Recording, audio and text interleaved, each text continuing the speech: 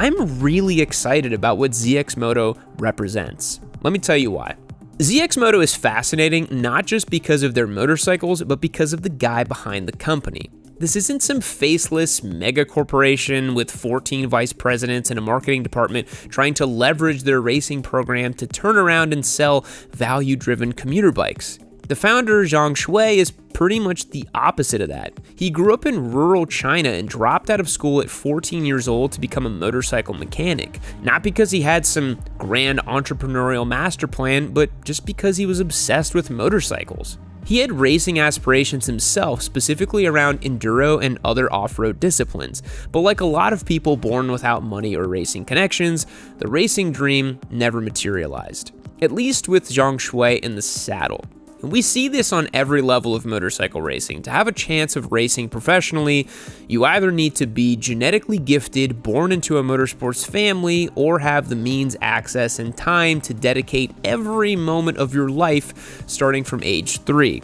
Well, I guess a combination of all of those would be good too. And Zhang Xue, as a poor kid from rural China, was not exactly Valentino Rossi. He just wanted to build his life around motorcycles in one way or another.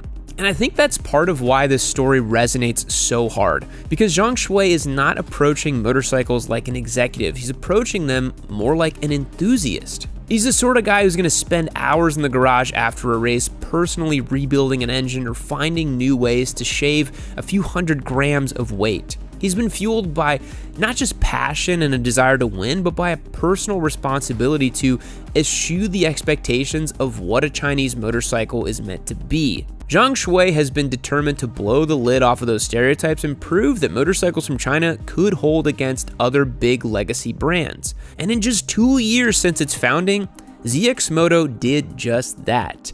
But I'm getting a little bit ahead of myself.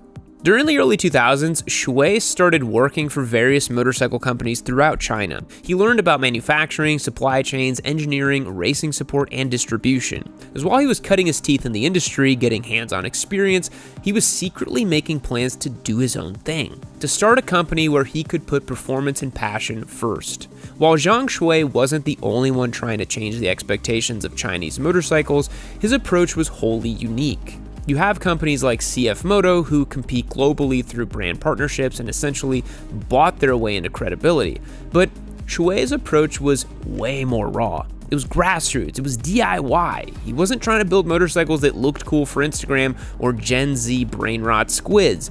He wasn't trying to earn the respect of it by buying it from KTM. And he wasn't trying to earn respect by just purchasing the bikes from KTM and slapping a new, Chinese brand on top of them. He wanted to truly compete with engineering, performance, and by winning races. Winning is a universal language that has the power to cut through prejudice, nationalism, and even the most cringe boomer YouTube comments. And before Zhang Xue was winning on the World Supersport circuit, he was competing in the world's toughest desert race, the Dakar.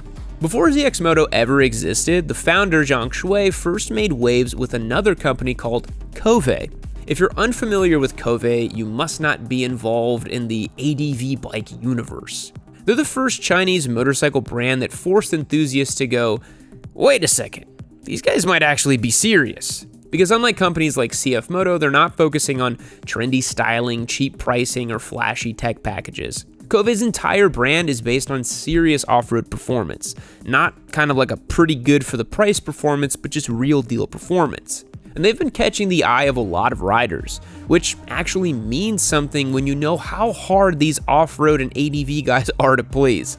There's nowhere better to prove the capabilities of your off-road motorcycle than the Dakar Rally. Kove was founded in 2017, and in 2023, after just 6 years of existence, they just said, yeah, let's compete in the most brutal motorsports event on the planet. So less than a decade into Kove's run, the founder Zhang Xue started to run into creative differences internally, which I can kind of understand. Kove's getting attention and recognition, and then they want to lock in and focus on the rinse and repeat business model, while Xue was wanting to push further and harder into the extreme.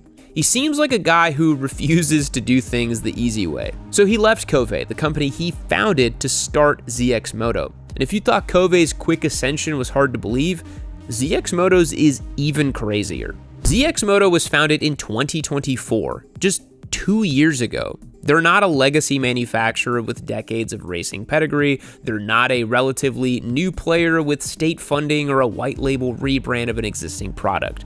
This company came out of thin air when Zhang Xue decided he wanted to build the most extreme super sport on earth. I mean, this guy's just the main character, right? This is crazy. The 2025 World Supersport Championship is when things stopped becoming theoretical, because it's one thing to make insane claims on the stage at EICMA, and it's another thing entirely to line up against Panigale V2s, R9s, and ZX6Rs, and then proceed to actually beat them in professional level racing. As of late May 2026, ZXMoto has won 5 World Supersport races with the 820RR at the hands of Valentin Debise, and they are currently in 3rd place in the Constructors' Championship and 2nd place in the Riders' Championship.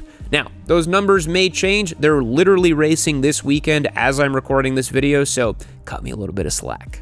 They're trailing former Moto3 world champion Albert Arenas, who's riding the Yamaha R9. It's actually his first year in the World Supersport Championship after rolling around in the Grand Prix paddock for several years. And that is practically unfathomable that they find themselves in this position. ZXMoto did not exist just a few years ago, and their bikes have now beaten Ducati and Yamaha 5 times already. It's the culture and energy of the team. It doesn't feel like a corporate racing outfit. It feels like a ragtag group of enthusiasts. And that's actually what attracted their current rider Valentin Debise to the team in the first place. He saw Zhang Xue at racing events acting like you'd never expect a founding owner to behave, yelling, jumping around, truly fired up by what was happening during the race. It's such a strong juxtaposition to the ultra-sanitized corporate energy of modern motorsports. Media-trained PR statements, flashy high-end sponsor obligations, the general F1ification of motorsports that I think some of us are kind of tired of seeing in MotoGP, for example. ZXMoto feels old school, like the kind of racing that existed before motorsports became luxury lifestyle content for finance bros and bored housewives. Valentin Debise is another reason why this story is so distinct and unique. Debise is 34 years old. In motorcycle racing years, that's practically retirement age, which makes me kind of sad because that's just about how old I am. Modern racing programs are obsessed with youth, and Debise wasn't much of a shiny new object that factory teams love building a program around. But then ZXMoto came around with the crazy vision that they had and brought Debise in. And if a racer backs a company, that says a lot. They risk their lives for a living, and they know when a company is just making noise for attention. Debise clearly saw something real in Zhang Xue. The passion is just impossible to ignore. Imagine being a factory team rider and the team owner is not hiding in some VIP booth somewhere drinking espresso with sponsors. He's standing there holding umbrellas, wrenching on bikes, and acting like the entire thing is life or death. That's the type of thing that brought people into racing in the first place. And honestly, we need more people like Zhang Xue in the world. Someone with a crazy dream, someone who's out there willing to do stuff that hasn't been done before. People who are willing to chase their dreams. And they're refreshing not because they're Chinese, not because they're winning, but because they feel human. In an era where motorcycles are increasingly designed by committees, optimized for quarterly growth, and marketed like tech products, Zhang Xue built a company that feels fueled entirely by obsession, by passion, by the simple desire to go racing and to just win. Whether ZXMoto becomes the next Ducati or just flames out spectacularly in the next 5 years, it doesn't even matter at this point. The fact that they made it this far is already one of the coolest stories in modern motorcycling. And for the first time in a long time, it feels like there's still a bunch of room in motorsports for enthusiasts with a dream and something to prove. 大家好，我是主播周玉琴。很多的朋友告诉我们，选择原版的太阳星全效克菲尔益生菌。它添加有羽衣甘蓝，健康再加分。而有睡眠困扰的朋友们，赶快选择蓝色包装这一款晚安加强版，绝对是更有感。